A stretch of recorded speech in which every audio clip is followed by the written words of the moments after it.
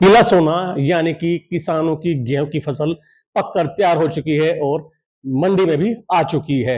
बात है खरीद एजेंसियों की। अब तक जींद की जो है खरीद एजेंसियां गेहूं खरीदने के लिए मैदान में नहीं आई हैं। क्या कारण है? किस तरीके की सुविधाएं मार्केट कमेटी द्वारा किसानों की फसल की खरीद को लेकर है? सीधे बात करते हैं। मार्केट कमेटी सचिव संजीव जांगड़ा हमारे साथ हैं। जी नमस्कार, कैसे हैं आप? नमस्कार, मैं ठीक हूँ जी। सर, गेहूं की जो फसल है पककर आ चुकी है, किसान बेचने के लिए मंडी में ला चुका है। क्या कारण है कि खरीद एजेंसियां हैं वो अब खरीदने के लिए मैदान में नहीं आई?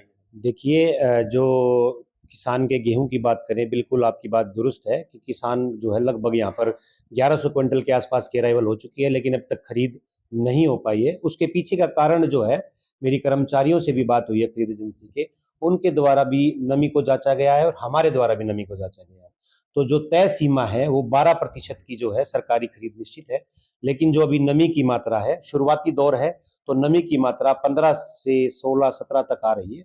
इसके कारण जो है अभी तक खरीद प्रक्रिया शुरू नहीं हो पाई है। कौन सी एजेंसियां हैं, कितनी एजेंसियां जो खरीद करेंगी? जी देखिए, जींद की अनाज मंडी में जो है 3 एजेंसियों को अधिकृत किया गया है, फूड सप्लाई, हैफेड और हरियाणा वेयर हाउस कॉर्पोरेशन। ये 2-2 दिन इनको अधिकृत किए गए हैं, उसी हिसाब से इनको खरीद प्रक्रिया अमल में लाई जाएगी। किसानों की जो फसल है उसके लिए किस तरीके की रख रखाव की सुविधा है जो मार्केट कमेटी द्वारा किसानों के लिए क्या क्या सुविधाएं आपने दी? हमारे द्वारा जो है 2 नए शेड बिल्कुल तैयार कर दिए गए हैं किसान भाइयों के लिए, ताकि किसी भी प्रकार की धूप बारिश से बचने के लिए वो अपनी फसल वहाँ पर डाल सकते हैं।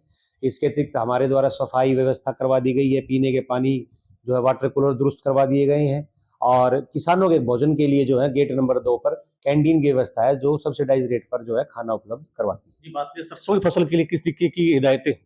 देखिए, सरसों की जो फसल है वो सोसाइटी के माध्यम से उसकी बदस्तूर खरीद बिल्कुल जारी है, और अब तक जो है लगभग हमारे पास 8,000 क्विंटल के आसपास जो है खरीद की जा चुकी है।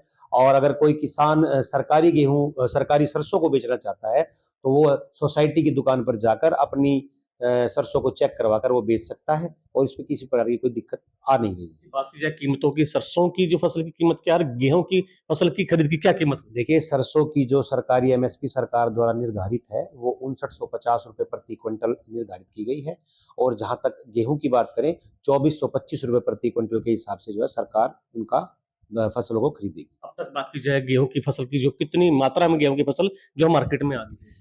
देखिए, गेहूं जो है अब तक लगभग मेरे पास जो आंकड़ा है, गेट पास जो है 1200 क्विंटल के आसपास के गेट पास कट चुके हैं, और वो आप भी जारी है, और वो धीरे धीरे बढ़ रही है।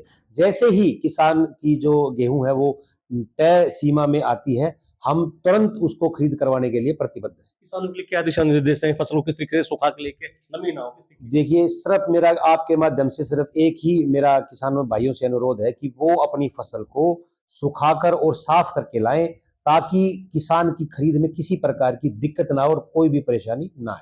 जी, शुक्रिया। ये थे हमारे साथ मार्केट कमेटी सचिव संजीव जांगड़ा, जिनका कहना है कि किसानों से विनती है, अनुरोध है कि अपनी फसल को सुखा कर लेके आए। सरसों की जो फसल की जो खरीद की जा रही है, वो गेहूं की फसल की खरीद भी सुचारू रूप से आने वाले दिनों में जो है खरीद एजेंसियां हैं अपना काम शुरू कर देंगे। जिनसे अपने सहयोगी इंद्रजीत के साथ संजय कुमार।